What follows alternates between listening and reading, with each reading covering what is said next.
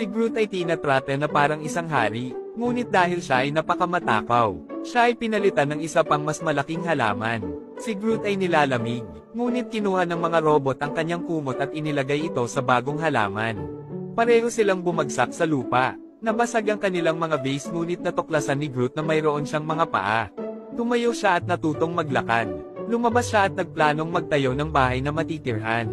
Pagkatapos gawin ang kanyang maliit na bahay, isang lindol ang nangyari. May ibon pala at gusto siyang kainin nito. Nakatakas si Groot at sa kabutihang palad ay dinagat ng isang agila ang ibon. Ngunit gumuho ang kanyang maliit na bahay. Siya ay galit na galit. Gayunpaman, hindi sinasadyang natuklasan niya ang isang grupo ng mga langgam at nais niyang magpakilala. Ngunit ang kanyang boses ay napakalakas, kaya inilabas nila ang kanilang mga sandata at nagsimulang maglunsad ng isang pag-atake upang pigilan si Groot.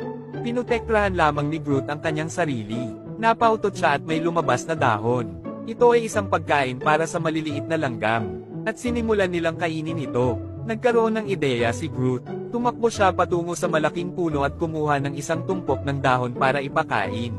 Ngunit hindi niya namalaya na naapakan na niya ang mga ito.